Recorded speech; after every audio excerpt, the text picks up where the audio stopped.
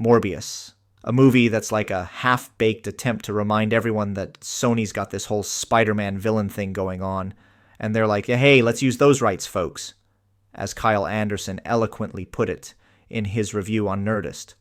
Now, we all know the Venom films made some money for Sony, but they weren't exactly tomato-splattered successes, if you catch my drift. Rotten Tomatoes wouldn't even give them a fresh sticker because they're below that 60% line. Jared Leto plays this biochemist dude, Morbius, who's got this rare blood disease, and he's all like, let's fix this science style. But surprise, surprise, things go south, and he accidentally gives himself a dose of vampirism. The guy's cured, but now he's got this thing for blood. Classic case of unintended consequences. So, Morbius has this buddy, Milo, who's in the same boat, and he's like, blood, yeah, I'm in. No biggie.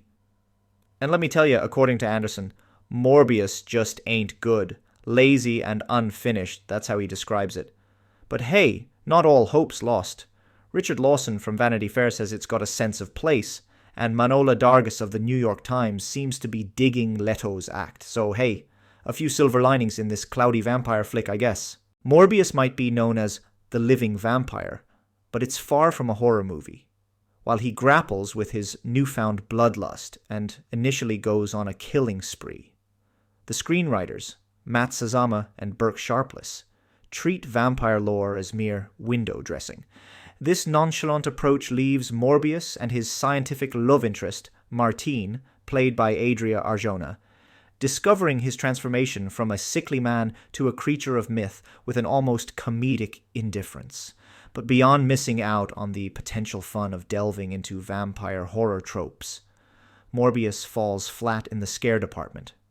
Part of the problem is that the titular bloodsucker is too committed to being a good guy, leaving no room for the chilling moral gray area.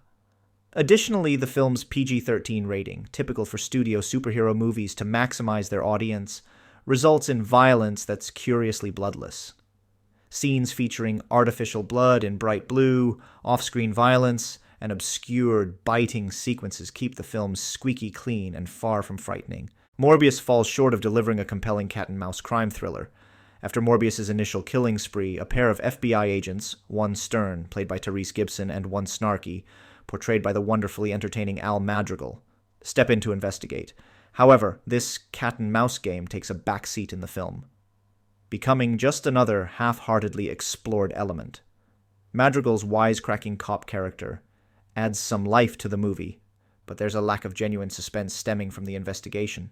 This is partly because the audience is given no reason to believe that the blood-craving vampire couldn't simply break free at any moment. It seems that every time Morbius is in a tight spot, he conveniently discovers a new power that can save the day, like suddenly realizing he can fly away. Morbius doesn't quite fit the typical superhero movie mold. It's not even a dark anti-hero film like Venom or its sequel, Venom, Let There Be Carnage. Sure, Morbius is based on a Marvel Comics character, technically categorizing it as a superhero movie. It does involve fight scenes, a villain, and a protagonist grappling with superpowers. However, unlike the standards set by the DCEU and MCU, there's a distinct lack of heroics and daring escapades here. Morbius isn't on a quest to save the world or confront some grand malevolent force. Mostly, he's dealing with the consequences of his own actions, trying to contain the vampirism he unleashed to prevent further harm. But even this objective is quickly sidelined to pave the way for the one superhero movie trope this film eagerly embraces, setting up a sequel. Morbius hardly qualifies as a true Marvel movie.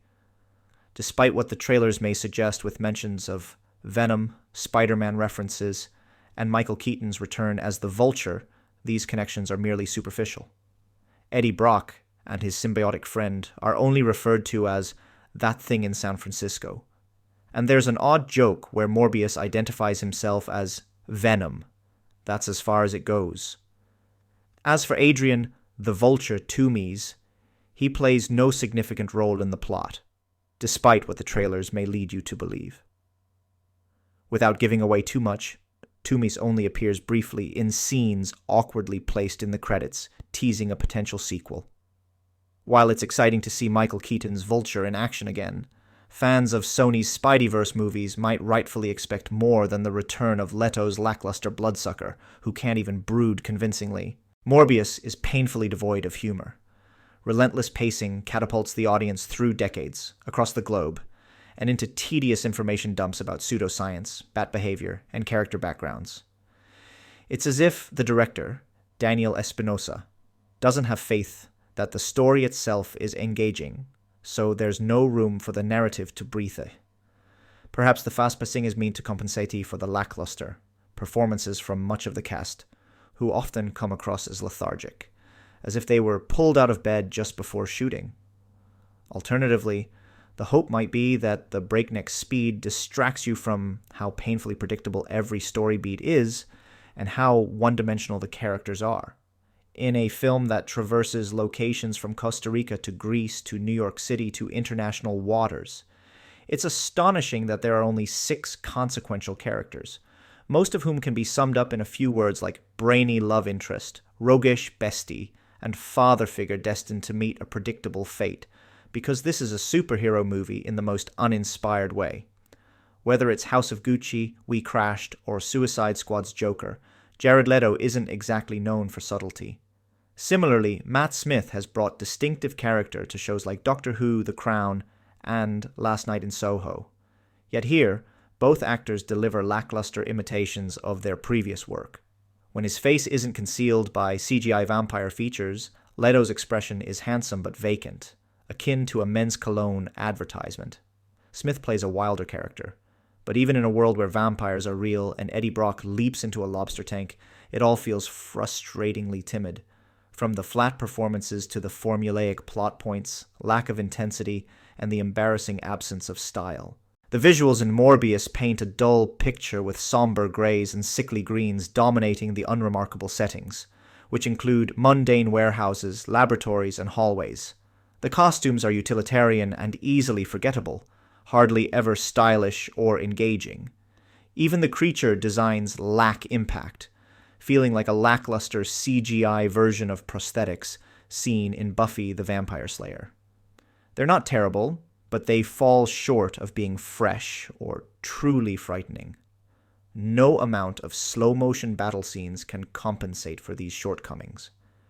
In the end, Morbius attempts to do much more than its Marvel-Sony predecessors, and that's saying something. But it lacks style, energy, chills, and tension.